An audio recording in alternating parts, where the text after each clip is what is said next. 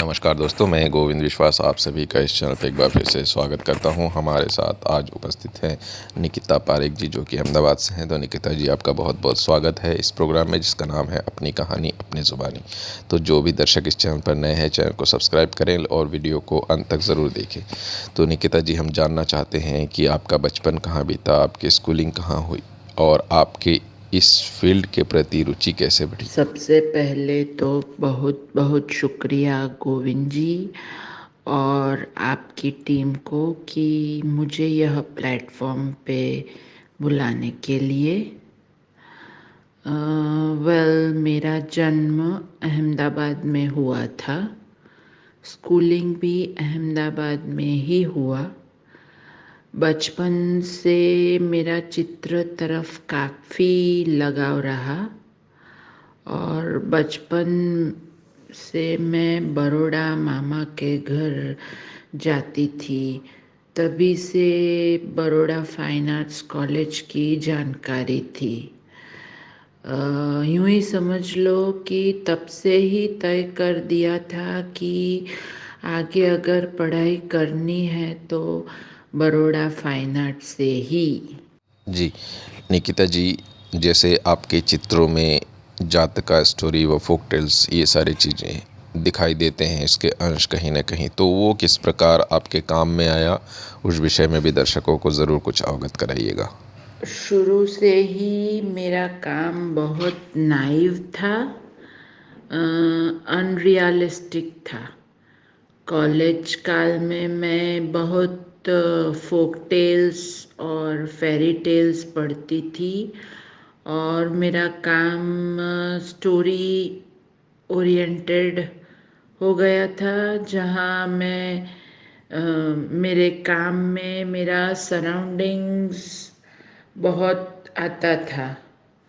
College में आगे पढ़ते पढ़ते अलग अलग कला शैली का एक्सपोज़र मिलता गया और ये भी है कि मैं एक वैष्णव परिवार में पली बड़ी हुई हूँ, जहाँ हम नाथद्वारा बहुत जाते हैं।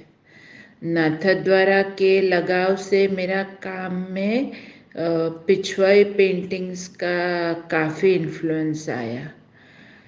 इंडियन मिनिएचर्स को लेके काफ़ी फॉर्म आने लग गए और मेरा एक खुद का लैंग्वेज बन गया और मैं उसको काफ़ी एंजॉय करने लग गई। जैसे कहीं जगह पे रिपीटेशन ऑफ फॉर्म्स, कहीं जगह पे लीनियर ड्राइंग्स, ओवरलैपिंग फॉर्म्स, जो अपने आप में मेरे चित्र में एक अलग सा माहौल बनाते गए।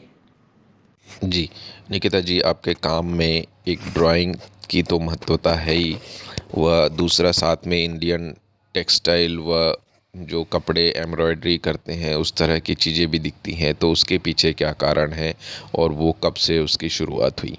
इंडियन टेक्सटाइल में मेरा इंटरेस्ट बचपन से रहा। गांधीनगर के पास एक पेथापुर नाम का गांव है, जहां मैं एक कैंप में गई थी। वहाँ कुछ सीनियर आर्टिसंस वुडन ब्लॉक्स बनाते थे। मैंने एक दो ब्लॉक्स खरीदे और काम में यूज़ किए। मुझे बहुत अच्छा लगा। फिर मैं अपनी खुद की डिज़ाइन मोटिव से ब्लॉक बनवा के काम के बैकग्राउंड में एज अ बैकड्रॉप यूज़ करती गई, जिससे मेरे काम में कोई भी जगह डेड स्पेस नहीं रहता गया। पर्सनली मुझे हैंड एम्ब्रॉयडरी बहुत पसंद है और मेरे काम में मैंने हैंड एम्ब्रॉयडरी करना शुरू किया। Embroidery on paper, embroidery on canvas, silk वगैरह वगैरह। समहाउ ऐसा बोल सकते हैं कि मेरे काम में एक इंडियननेस रहे, इससे मैं बहुत जागरूक थी। इंडियननेस, इंडियन क्वालिटी आनी ही चाहिए, ऐसा मुझे अंदर से बहुत वो था। जी, निकिता जी, हम जानना चाहते हैं जैसे कुछ चीज़ें आप इसमें से एक्सप्लोर करती हैं मिनिएचर से व मैन्युस्क्रिप्ट से, तो वो ऑब्जेक्ट जो भी चीज़ें आप चुनती हैं उनका चुनाव कैसे करती हैं आप, व उसको आप एग्जीक्यूट कैसे करती हैं? क्योंकि मिनिएचर में ऐसे बहुत सारी चीज़ें हैं जो रिपीटेशन फॉर्म में आते हैं, तो उसको आप किस तरह से लेती हैं? Medieval manuscripts, Kalighat paintings, Indian miniatures, Indian textile का काफ़ी इन्फ्लुएंस रहा है।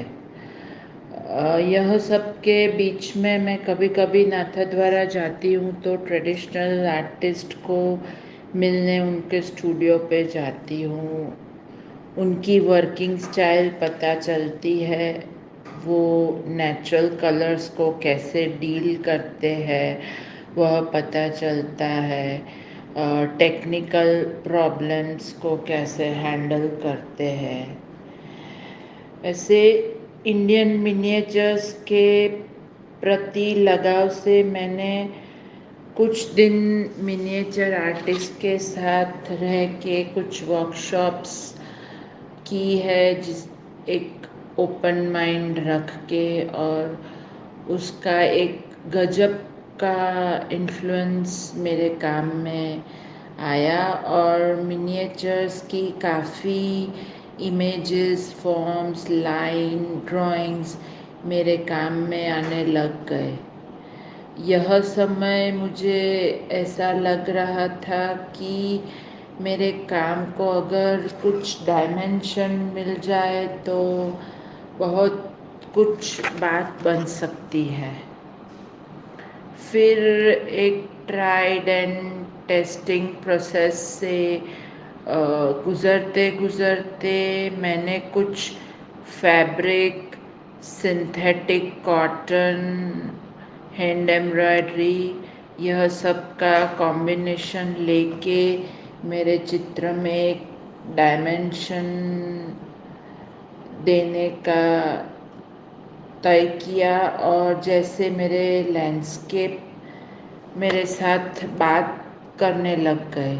यह प्रोसेस मैं एंजॉय करती गई और ग्रेजुअली इनमें से और कुछ बातें बनती गई, बहुत कुछ क्रिएट होता गया। जी। अच्छा, हमारा अगला सवाल है, क्या कलाकार के लिए जो सीखने की एक प्रक्रिया है वो लगातार चलती रहती है? मैं ऐसा मानती हूँ कि आर्टिस्ट के लिए लर्निंग एक नेवर एंडिंग प्रोसेस है। जी, निकिता जी, आपने बहुत सारे सवालों के जवाब बहुत अच्छे से दिए हैं, और हमारा अंतिम सवाल है जो कि स्टूडेंट्स और आर्टिस्ट जो अभी फील्ड में नए आए हैं उनके लिए है।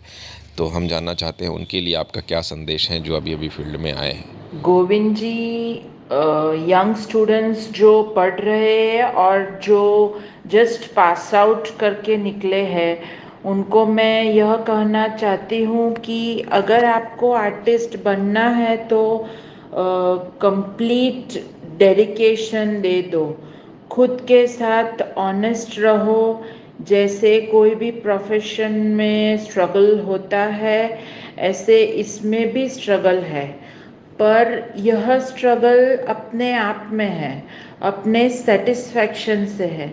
जैसे मैं कहूँ तो ऐसा बहुत सारे आर्टिस्ट के साथ होता है। जैसे आज मैं बहुत ज़ोर शोर से एक इमेज मैंने पेंट की और उस पर काफ़ी काम किया, काफ़ी टाइम दे दिया, पर कुछ अंदर से मज़ा नहीं आया तो मैंने उसको मिटा दिया, उसमें से कुछ और बना और फाइनल प्रोडक्ट कुछ और बना, पर जो बना उसमें मुझे बहुत सेटिस्फेक्शन मिला। तो यह जो स्ट्रगल है वह मेरी अपनी है, उसमें से गुज़रते गुज़रते मैंने बहुत कुछ सीखा है। तो मैं यंग स्टूडेंट आर्टिस्ट सबको यह कहना चाहती हूँ कि सफल होने में कोई शॉर्टकट नहीं होता है। स्ट्रगल के रास्ते से गुज़रते गुज़रते रिज़ल्ट मिलता है, सीखने को मिलता है, वह अनमोल है। आज भी मेरा काम मेरे कुछ टीचर्स और आर्टिस्ट फ्रेंड्स के साथ मैं डिस्कस करती हूँ और आज भी मैं मेरे काम से बहुत कुछ सीखती हूँ। निकिता जी, बहुत बहुत धन्यवाद, आपने इतना समय निकाला हमारे दर्शकों के लिए, इस प्रोग्राम के लिए। और उन सभी दर्शकों को भी बहुत बहुत धन्यवाद जिन्होंने मन लगा के इन सारी बातचीत को सुना, क्योंकि हम जो बातें अभी इस बातचीत के ज़रिए सभी आर्टिस्टों का शेयर कर रहे हैं वो नए लोगों के लिए बहुत बहुत बेनिफिशियल है, जो आने वाले समय में उनको ज़रूर काम आएंगी। और इस तरह के अनुभव हर किसी को शेयर करना व सुनना ये एक अलग तरह का अनुभव होता है। तो उम्मीद है आप सभी अपने दोस्तों व दूसरे परिवार के मित्रों से ज़रूर शेयर करेंगे, क्योंकि कला जगत के लिए इस तरह का एक बातचीत को दूसरों तक पहुंचाना भी एक बहुत बड़ा काम होता है कि लोगों को आर्ट के लिए अवेयर करना। तो बहुत बहुत धन्यवाद निकिता जी, एक बार फिर से आपका। Thank you Govind ji for inviting me to this channel. मुझे मेरी कला यात्रा की कहानी सुनाने का अच्छा लगा। I hope you all have enjoyed it. Thank you friends. इस चैनल को लाइक कीजिए, सब्सक्राइब कीजिए और नीचे दी गई बेल आइकॉन पे क्लिक कीजिए। Thank you very much. Thank you so much. और दोस्तों, एक बात और कि आपको वीडियो कैसा लगा ये कमेंट करके आप ज़रूर बताएं। धन्यवाद, नमस्कार, जय हिंद।